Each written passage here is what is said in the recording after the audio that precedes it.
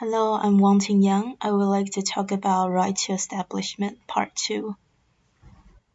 This is the outline of the presentation for topics. I will explain the meaning and talk about the cases according to that. The right of establishment. The case is about Civic. A German company concluded a merger contract providing for the dissolution without liquidation of security vision. A company established in Luxembourg. Civic applied for registration of the merger in the German Commercial Register, but got rejected. The reason was that German law on company only applied to the companies established in Germany. Points from ECJ, European Court of Justice. In some circumstances, imperative reasons in the public interest, such as protection of the interests, minority shareholders and employees, the fairness of commercial transactions may justify a measure restricting the freedom of establishment. In this case, the prohibition was too general and beyond what was necessary to protect such interests. Case of Marks and Spencer about establishment of a branch, agency or a subsidiary in another member state. Marks and Spencer, a company established in the UK, challenged the decision of the UK tax authorities, rejecting its claim for tax relief. It tried to deduct from its UK taxable profit losses incurred by its subsidiaries established in Belgium, Germany, and France. Points from ECJ stated that if a parent company provides evidence to the relevant tax authorities that its non-resident subsidiary has exhausted the possibilities available in its member state of residence of having the losses taken into account for the present, previous, and future tax periods, a parent company should be allowed to claim tax relief. The case Centrals is an example of setting up a company in one member state and then exercising the right to set up a secondary establishment in another member state in order to circumvent incorporation requirements in the host member state of the secondary establishment. The case is about a Danish established a company in the UK, and then she requested the Danish Trade and Companies Board to register a branch in Denmark, but she actually aimed to the paying up of the minimum share capital. Points from ECJ, it stated that national rules regarding the prevention of fraud cannot justify restrictions which impair the freedom of establishment of companies. This case was classified as principal establishment, did not constitute an abuse of the right of establishment. Article 56 TFEU Treaty on the Functioning of the European Union prohibits, directly and indirectly, discriminatory measures as well as those which are non-discriminatory, but rather less attractive access to the market of a host member state, which there are various forms. They may impose a requirement to conduct business through a primary or secondary establishment or to obtain an authorization in order to establish itself, or even set out criteria. For example, the joint cases Spanish require prior authorization for the opening of new pharmacies. The favored had pursued activity on the relevant part of the national territory, succeeded. The ECJ stated that this was indirectly discriminatory because the national one will be easier to meet standard. In some situations, even the non-discriminatory measures may hinder access to the market in the host member state. For example, cases Commission v. Italy. ECJ held that Italian legislation imposed limitations on the freedom of the companies to set their premiums, heavily fines companies which breached the obligation and so on.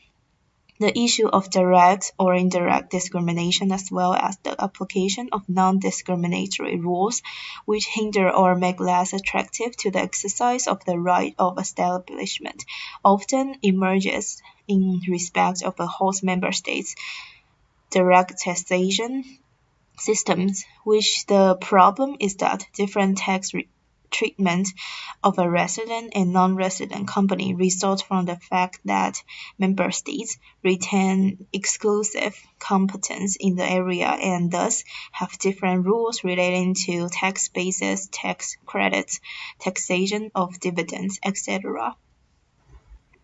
The right to leave a home member state, which means EU citizens and their families are entitled to leave their home member state and establish themselves in the host member state. The case is about a French leaving for Belgium was charged unreasonable tax by French tax authorities. ECJ stated that the French legislation was likely to discourage a taxpayer from transferring his tax residence and could not be justified by imperative reasons, including the prevention of fraud and avoidance. Right to access to an economic activities indicates that different rules like professional bodies, organizations, national rules related to particular economic activity differ greatly, but all directly and indirectly discriminatory. Rules are prohibited because it shows less attractive to the exercise of the freedom of establishment. However, they may justify by overriding reasons of public interest. The exercise of the right of establishment referred to these two directives: the right of the citizens of the Union and their family members to move and reside freely within the territory of the member states, and their services in the internal market are the main secondary legislation applicable to exercise of the right of establishment by self-employed persons who establish in a host member state must rely on the principle of non-discrimination and the concept of the EU citizenship to protect themselves. Lawyers' rights of establishment refer to Directive 98/5 EC, the right of the establishment for lawyers who obtained professional qualification in their home member state and wish to practice it in another member state. In order to do that, they must register with the competent authorities of the host member state. The right to provide and receive services. Services are defined in Article 57 TFEU as being normally provided for remuneration, nor covered by the provisions of the treaties relating to the free movement of persons, capital, and goods. In Article 56 TFEU, it is necessary to establish if there is a cross-border element service provided for of temporary duration, etc., an economic activity and its lawfulness. The case about the legitimacy of trading drugs between the border of the Netherlands and Germany because the latter one considers it as illegal.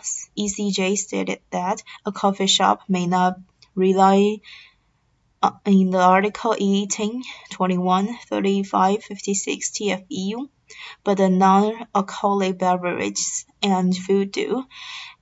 It also indicates that the issue is that the drugs are not distributed through channels directly by the competent authorities. Gambling services differs in each member state, so member states have regulated in two ways. Either created a monopoly run by a public or a private company controlled by the state, or have opened their market to competition but restricted the number of operators by awarding a limited number of licenses to the ones provided the services within the strict framework refers to the Article 57 TFEU services as being normally provided for remuneration. ECJ states that the remuneration is not restricted to direct payment given by the beneficiary of the service to the provider, but also encompasses payments that bear indirect relations to the service covered by Social Security scheme of a home member state provided to a person insured under that scheme in a host member state. The cross-border element. According to Article 56 TFEU, the situation of a provider established in one member state and travels and provides services into another member state. There are different terms to justify that, but ECJ refuses to extend the Article 56 to a situation where a provider is established in a member state but is a national of a third country. Further, a service must be provided within the EU. The temporary nature of services in order to determine a person is established or provides services in a host member state. Such factors as the duration, regularity, continuity, or the service are the relevance. If the activity is carried out on a permanent basis or without a foreseeable limit of the duration, it would not fall within the service provisions. Freedom to supply services. National legislation is applicable to providers of service established in the national territory and not to providers of services established in another member state. Providers of services established in another member state because it would cause the unfairness for another member state. Directive 77/249 EEC to facilitate the effective exercise by lawyers of freedom to provide services assists lawyers in pursuing cross-border legal practice.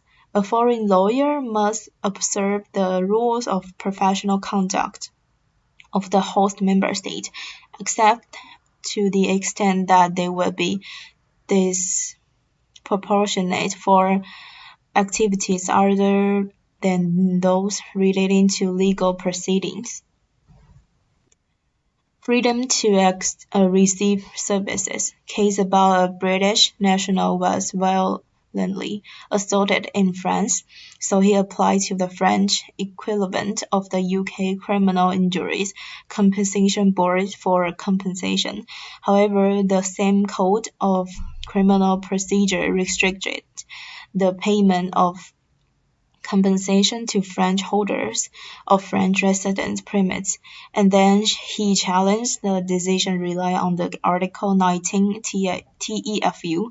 According to ECJ, since the right to receive services was embodied in the treaty, it was subject to the prohibition of discrimination on the grounds of nationality as prescribed by Article 18, which means the requirement of the French nationality and residence permit also consider it unjustifiable discrimination.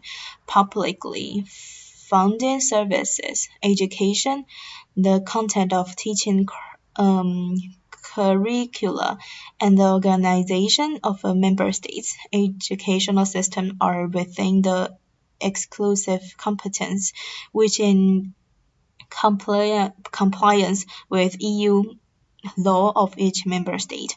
Medical services. The ECJ achieved by the finding a cross-border element when a person who is insured under the national health care system but unable to obtain adequate medical treatment in one's home member state.